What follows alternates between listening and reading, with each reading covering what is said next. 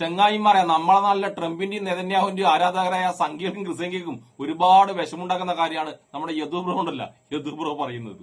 നമ്മളെ യദു ബ്രോ പറയുന്ന ഈ കാര്യം ഉണ്ടല്ല, നമ്മളെ സംഖ്യകളും ക്രിസംഖ്യകളും എങ്ങനെ സഹിക്കുമോ? നിങ്ങൾക്ക് സമയമുണ്ടെങ്കിൽ നമ്മളെ നാട്ടിലെ സംഖ്യക്കും ക്രിസംഖ്യക്കും ഹാർട്ട് അറ്റാക്ക് ഉണ്ടാക്കുന്ന യദു ബ്രോ പറഞ്ഞ ആ കാര്യം ഒന്ന് കേട്ടിട്ട് വരാം. നമസ്കാരം. അമേരിക്കൻ പ്രസിഡന്റ് ഡൊണാൾഡ് ട്രംപ് ഇപ്പോൾ പന്നിപ്പടക്കം കടിച്ച അവസ്ഥയിലാണ്. അല്ലെങ്കിൽ ആപ്പിനിടയിൽപ്പെട്ട കുരങ്ങന്റെ അവസ്ഥയെന്ന് പറഞ്ഞാലും തരക്കേടില്ല. ഇന്ന് വന്ന വാർത്ത അത്തരത്തിലുള്ളത് തന്നെയല്ലേ? ഇറാനെതിരായ സൈനിക നീക്കങ്ങൾ താൽക്കാലികമായി നിർത്തിവെക്കാൻ തീരുമാനിച്ചതായി ട്രംപ് പറഞ്ഞിരിക്കുന്നു. ഇയാൾ ഇത് ലോകത്തെ മുഴുവൻ വിഡ്ഢികളാക്കുകയാണോ അതോ സ്വയം ഒരു വിഡ്ഢിയാണ് എന്ന് ലോകത്തോട് പ്രഖ്യാപിക്കുകയാണോ? ആർക്കറിയാം. ടെഹ്റാന്റെയും മേഖലയിലെ മറ്റു രാജ്യങ്ങളുടെയും അഭ്യർത്ഥന പ്രകാരമാണ് ഈ തീരുമാനമെന്ന് കൂടി ട്രംപ് പറയുന്നുണ്ട്. പശ്ചിമേഷ്യയിലെ സഖ്യകക്ഷികൾ ചേർന്ന് യുദ്ധം അവസാനിപ്പിക്കാനുള്ള കരാറിന്റെ വ്യവസ്ഥകളിലേക്ക് എത്തിയതായും ട്രംപ് ട്രൂത്ത് സോഷ്യലിലൂടെ ലോകത്തിന് മുന്നിൽ വിളംബരം ചെയ്തു കഴിഞ്ഞു. ഒരു ഇടവേളയ്ക്ക് ശേഷം ഇസ്രായേലിനെയും ചേർത്ത് ഇറാനെ പൂർണ്ണമായി നശിപ്പിക്കാൻ പോകുന്നു എന്ന് പറഞ്ഞ് മണിക്കൂറുകൾക്കുള്ളിലാണ്, ഇരുട്ടി വെളുക്കും മുമ്പാണ് ട്രംപ് ഇപ്പോൾ മലക്കം പറഞ്ഞിരിക്കുന്നത്. നേരത്തെ ആക്രമണങ്ങൾ ദിവസങ്ങൾ നീണ്ടു നിന്നേക്കും. ഇറാനിലെ അടിസ്ഥാന ഊർജ്ജ സൗകര്യങ്ങളാണ് പ്രധാനമായും ഞങ്ങളുടെ ലക്ഷ്യം.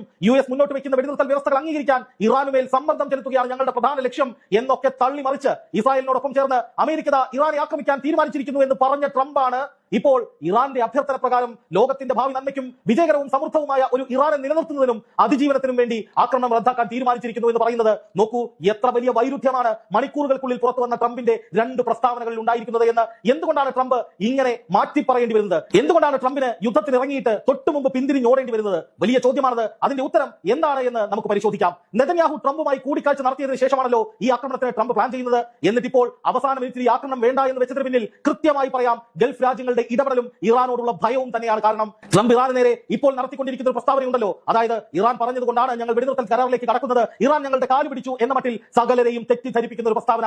അത് കൃത്യതയില്ലാത്തതാണ്. ആബ്സല്യൂട്ട് ലാക്ക് ഓഫ് ക്ലാരിറ്റി എന്ന് വിളിക്കാവുന്ന ട്രംപിന്റെ തലതിരിഞ്ഞ നയത്തിന്റെ ഭാഗമാണ് എന്ന് തന്നെ പറയേണ്ടി വരും. അമേരിക്കയുടെയോ ട്രംപിന്റെയോ മനസ്സിൽ ഈ യുദ്ധം എങ്ങനെ കൊണ്ടുപോകണമെന്ന് സംബന്ധിച്ച് ഒരു ധാരണയും ഇല്ല എന്ന് പറഞ്ഞ് ഞാൻ ഇന്നലെ ഒരു വീഡിയോ ചെയ്ത് പ്രേക്ഷകരെ നിങ്ങൾക്ക് ഓർമ്മയുണ്ടാകുമല്ലോ. ആ വീഡിയോയിൽ ഞാൻ കൃത്യമായി പറയുന്നുണ്ട്, അമേരിക്കയിൽ ട്രംപിനെതിരായും ട്രംപിന് അനുകൂലമായും രണ്ട് ചേരികൾ ഉണ്ടായിട്ടുണ്ട്. പെന്റഗണിൽ പ്രത്യേകിച്ച് ട്രംപിന്റെ ഉപദേശകർക്കിടയിൽ അങ്ങോട്ടും ഇങ്ങോട്ടും ഈ വിഷയത്തിൽ കൂട്ടയടി നടക്കുകയാണ്. ഒരു വിഭാഗം പറയുന്നു ഒരു കാരണവശാലും ഇറാനെ തൊട്ടുപോകരുത്, തൊട്ടാൽ വലിയ അപകടമാണ് എന്ന്. എന്നാൽ മറുവിഭാഗം പറയുന്നത് ഇറാനെ ആക്രമിച്ച് തകർക്കണം, ഇല്ലെങ്കിൽ അത് അമേരിക്കയ്ക്ക് വലിയ തിരിച്ചടിയാകുമെന്ന്. ഇതിന് നടുവിൽപ്പെട്ട് എന്ത് ചെയ്യണമെന്ന് അറിയാതെ നിൽക്കുന്നതിനിടയിലാണ് ട്രംപ് പൊടുന്നനെ ഇന്നലെ രാത്രിയോടെ വീണ്ടും വലിയ യുദ്ധം നടത്താൻ പോകുന്നു എന്ന് പറയുന്നത്.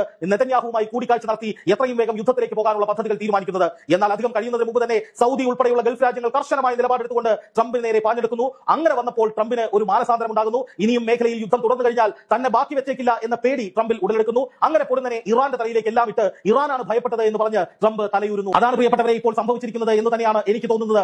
എന്തുകൊണ്ടാണ് അമേരിക്കയ്ക്ക് യുദ്ധം ചെയ്യണം എന്ന തോന്നലുണ്ടാകുന്നത്, അല്ലെങ്കിൽ ട്രംപ് വീണ്ടും യുദ്ധത്തിന് ഇറങ്ങുന്നത്, അത്തരം ഒരു ഘട്ടത്തിലേക്ക് ട്രംപ് എത്തുന്നത് നെതന്യാഹുവുമായുള്ള കൂടിക്കാഴ്ച നടക്കുമ്പോഴാണ്. നെതന്യാഹു ഒരിക്കൽ കൂടി അമേരിക്ക സന്ദർശിച്ച് ട്രംപുമായി സംഭാഷണം നടത്തിയപ്പോഴാണ് ഏറ്റവും ഒടുവിൽ ഇറാനിലേക്ക് ഞങ്ങൾ കടന്നു കയറാൻ പോവുകയാണ്, വർദ്ധിത വീര്യത്തോടു കൂടി ആഞ്ഞടിക്കാൻ പോവുകയാണ് എന്ന പ്രസ്താവന ട്രംപ് നടത്തിയത്. പക്ഷേ ട്രംപിന്റെ ഭാഗത്ത് നിന്ന് വന്ന പ്രസ്താവനയ്ക്ക് ആയുസില്ലാതെ പോയത് ഇറാന്റെ കരുത്ത് എത്രത്തോളമാണ് എന്ന് ഗൾഫ് രാജ്യങ്ങൾ കൃത്യമായി അമേരിക്കയെ ബോധ്യപ്പെടുത്തിയത് കൊണ്ടുകൂടിയാണ് എന്ന് തന്നെ പറയേണ്ടി വരും. ഇറാന്റെ റീ എനർജി ഇൻഫ്രാസ്ട്രക്ചർ ആക്രമിക്കും, എല്ലാ തരത്തിലുള്ള കണക്ടിവിറ്റിയും സപ്ലൈ ചെയിനും ഇറാനുള്ളിൽ നശിപ്പിക്കും, അതുകൊണ്ട് തന്നെ പെട്ടെന്ന് കരാറിന് തയ്യാറായില്ലെങ്കിൽ സർവനാശം എന്നാണ് ട്രംപ് ഏറ്റവും ഒടുവിൽ ഇറാന് നൽകിയ മുന്നറിയിപ്പ്. ഒന്ന് ഓർത്തു നോക്കൂ പ്രേക്ഷകരെ, ഈ യുദ്ധം ആരംഭിച്ചതിന് ശേഷം ഒരു 100 തവണയെങ്കിലും ഇതേ പ്രസ്താവന ട്രംപ് നിരന്തരമായി ആവർത്തിച്ചിട്ടില്ലേ? അതുതന്നെയാണ് ട്രംപിന് സംഭവിക്കുന്ന ഏറ്റവും വലിയ പിഴവ്. ട്രംപിന് ഈ യുദ്ധത്തിലുടനീളം വലിയ വലിയ പിഴവുകൾ സംഭവിച്ചുകൊണ്ടേയിരിക്കുകയാണ്. ഒരു തരത്തിലും ഈ യുദ്ധം താൻ വിചാരിക്കുന്ന വഴിക്ക് കൊണ്ടുപോകാൻ ട്രംപിന് കഴിയുന്നില്ല എന്ന് മാത്രമല്ല, ഇറാന്റെ ഭാഗത്ത് നിന്ന് ശക്തമായ തിരിച്ചടികൾ ഓരോ ദിവസവും വർദ്ധിക്കുമ്പോൾ അതിന് വലിയ തോതിൽ വില നൽകേണ്ടി വരുന്നുണ്ട് അമേരിക്ക എന്ന ബോധ്യവും ട്രംപിനുണ്ട്. ഞങ്ങൾ ടാർഗറ്റ് ചെയ്തത് ഗൾഫ് രാജ്യങ്ങളിൽ അമേരിക്കൻ താവളങ്ങൾക്ക് പുറമെ എല്ലാ ഗൾഫ് രാജ്യങ്ങളുടെയും എനർജി ഇൻഫ്രാസ്ട്രക്ചർ ആണ്. ഞങ്ങൾ അത് ടാർഗറ്റ് ചെയ്യാൻ മടിക്കില്ല.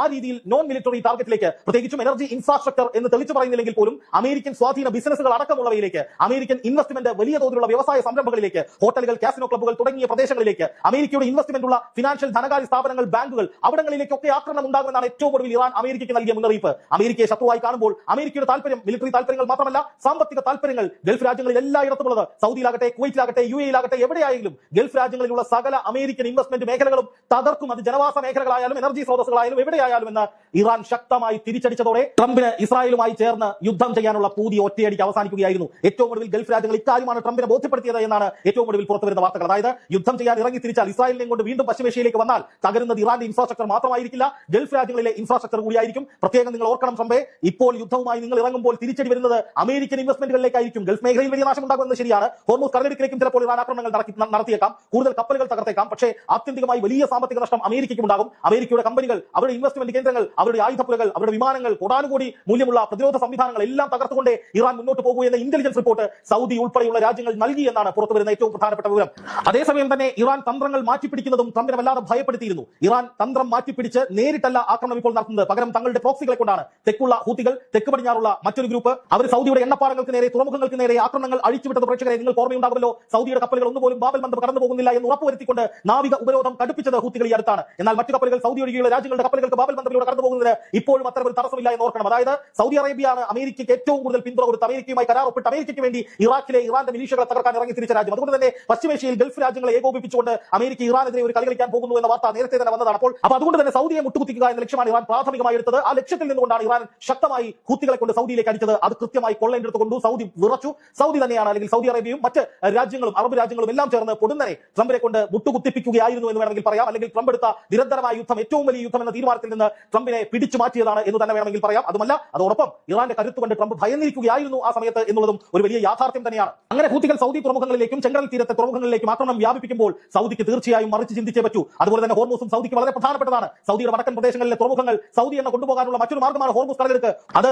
അത് നേരത്തെ തന്നെ ഇറാൻ അടച്ചിരിക്കുകയാണ്. ഇപ്പോൾ ബാബൽ മന്ദബ് കടലെടുക്ക് മടക്കുമ്പോൾ സൗദിക്ക് തങ്ങളുടെ എണ്ണ പുറത്തേക്ക് കൊണ്ടുപോകാൻ കഴിയാത്ത ഒരു സാഹചര്യം വരും. അതും സൗദിയെ ഇരുത്തി ചിന്തിപ്പിച്ച കാര്യമാണ്. എന്തായാലും ഇപ്പോൾ അമേരിക്കയ്ക്ക് വലിയ തോതിൽ തിരിച്ചടി ഉണ്ടാകുന്ന ഘടകങ്ങളാണ് ഓരോ ദിവസവും പുറത്ത് വന്നുകൊണ്ടേയിരിക്കുന്നത് എന്നുള്ളതാണ് ഏറ്റവും പ്രധാനപ്പെട്ട കാര്യം. അമേരിക്ക ശക്തമായി യുദ്ധം ചെയ്യാൻ ഇറങ്ങിത്തിരിക്കുമ്പോൾ അമേരിക്കയെ മുട്ടുകുത്തിക്കുന്ന വിധത്തിൽ സജീവമായ ഇടപെടലുകൾ നടത്തിക്കൊണ്ട് ഇറാൻ മുന്നോട്ട് വരുന്നു എന്നുള്ളത് വളരെ പ്രധാനപ്പെട്ട വസ്തുതയാണ്. ഇറാന്റെ ആ നീക്കങ്ങൾ, പ്രോക്സി ഗ്രൂപ്പുകളെ അടക്കം ഉപയോഗിച്ചുകൊണ്ടുള്ള ആ മിന്നൽ നീക്കങ്ങളാണ് അക്ഷരാർത്ഥത്തിൽ അമേരിക്കയ്ക്ക് വലിയ തിരിച്ചടിയായിരിക്കുന്നത്. ഇസ്രായേലിനും അത് വലിയ പ്രതീക്ഷാഭംഗം, ഇച്ഛാഭംഗം ഉണ്ടാക്കി എന്ന കാര്യത്തിൽ സംശയമൊന്നുമില്ല. ഇസ്രായേൽ പ്രധാനമന്ത്രി ബെഞ്ചമിൻ നെതന്യാഹു ഏത് നിമിഷവും ഒരു ശക്തമായ യുദ്ധം തുടങ്ങുമെന്ന് പ്രതീക്ഷിച്ചിരിക്കുകയായിരുന്നു. പക്ഷേ അപ്പോഴാണ് സൗദിയുടെ നേതൃത്വത്തിൽ അറബ് രാജ്യങ്ങൾ, GCC രാജ്യങ്ങൾ പൊടുന്നനെ ട്രംപിനോട് യുദ്ധവുമായി മുന്നോട്ട് പോകരുത് എന്ന കർശന നിർദ്ദേശം കൊടുത്തത്. അതിൽ തന്നെ അമേരിക്കയുമായി ഏറ്റവും വലിയ ചങ്ങാത്തത്തിൽ നിൽക്കുന്ന സൗദിയുടെ നിലപാടാണ് അമേരിക്കയ്ക്ക് വലിയ തിരിച്ചടിയായത് എന്നുള്ളതാണ് ഏറ്റവും പ്രധാനപ്പെട്ട കാര്യം. നോക്കുക, ഗൾഫ് മേഖലയിൽ അമേരിക്കയോടൊപ്പം ചേർന്ന് GCCയിലെ യുദ്ധങ്ങളിൽ പങ്കെടുക്കുന്ന ഏക രാജ്യം സൗദിയാണ്. അതും ഇറാന് നേരെയല്ല, ഇറാഖിലെ ഷിയ താവളങ്ങൾക്ക് നേരെ, പ്രത്യേകിച്ച് ഇറാൻ അനുകൂല പോപ്പുലർ മൊബിലൈസേഷൻ ഫോഴ്സ് PMF കേന്ദ്രങ്ങൾക്ക് നേരെ. അപ്പോൾ അവിടെ ഒരു ചോക്ക് പോയിന്റ് വീണ്ടും വരികയാണ്. അപ്പോൾ സൗദിയുടെ വടക്കൻ ഭാഗവും തെക്കൻ ഭാഗവും ഒരുപോലെ തന്നെ സമ്മർദ്ദത്തിലാകുന്ന ഒരു കാഴ്ചയാണ് നമ്മൾ കാണുന്നത്. അങ്ങനെയാണ് സൗദി അറേബ്യ താല്പര്യമെടുത്ത് ഒരു വലിയ മൊബിലൈസേഷനിലേക്ക് പോകുന്നത്.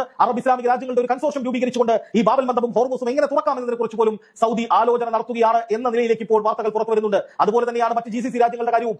ഈ വിധത്തിൽ യുദ്ധം മുന്നോട്ട് പോയാൽ, ഇറാൻ വീണ്ടും GCC രാജ്യങ്ങളെ ആക്രമിച്ചാൽ, ശക്തമായ രീതിയിൽ വലിയ തോതിലുള്ള ഏറ്റുമുട്ടലുകൾ തുടർന്നാൽ അത് വലിയ പ്രഹരമായിരിക്കും തങ്ങൾക്ക് ഉണ്ടാക്കുക എന്ന് തിരിച്ചറിഞ്ഞുകൊണ്ട് തന്നെ അമേരിക്ക യുദ്ധം ചെയ്ത്, ഇസ്രായേലുമായി അമേരിക്ക വന്ന് പശ്ചിമേഷ്യയിൽ യുദ്ധം ചെയ്ത് ഹോർമൂസ് തുറന്നു കൊടുക്കേണ്ട ഒരു ആവശ്യമില്ല. ഗൾഫ് രാജ്യങ്ങൾ കൂടി നിന്ന് കഴിഞ്ഞാൽ തന്നെ ഇവിടുത്തെ പ്രശ്നങ്ങൾ ഇറാനുമായി ചേർന്ന് പരിഹരിച്ച് സുന്ദരമായ രീതിയിൽ ഹോർമൂസും ബാബൽ മന്ദബും തുറക്കാൻ കഴിയുമെന്ന നിലയിലേക്ക് ഗൾഫ് രാജ്യങ്ങൾ വന്നിരിക്കുന്നു. അതായത് യുദ്ധം വെറുത്തിരിക്കുന്നു, ട്രംപിന്റെ യുദ്ധതന്ത്രങ്ങൾ പൊളിഞ്ഞിരിക്കുന്നു, അത് വലിയ പ്രശ്നങ്ങൾ ലോകത്ത് പശ്ചിമേഷ്യയിൽ സൃഷ്ടിക്കുമെന്ന് ഗൾഫ് രാജ്യങ്ങൾ തിരിച്ചറിഞ്ഞിരിക്കുന്നു. ഇനിയും ട്രംപ് പറയുന്നതനുസരിച്ച് ട്രംപിന് മുന്നിൽ വാപൂട്ടി നിൽക്കുന്ന പരിപാടിയുമായി മുന്നോട്ട് പോയാൽ വലിയ പ്രതിസന്ധി ഉണ്ടാകുമെന്ന് ബോധ്യം വന്നിടത്താണ് ഇപ്പോൾ ഈ യുദ്ധം അവസാനിപ്പിക്കാൻ വേണ്ടിയുള്ള ശക്തമായ സമ്മർദ്ദം ഗൾഫ് രാജ്യങ്ങൾ നൽകിയത്. അത് ട്രംപിന്റെ മുഖത്തേറ്റ കനത്ത പ്രഹരമാണ്. പക്ഷേ അത് അംഗീകരിക്കാതെ ട്രംപ് ഇറാൻ ഭയന്നതുകൊണ്ടാണ് എന്ന് പറഞ്ഞ് മെഴുകുകയാണ്. അതാണ് യാഥാർത്ഥ്യം.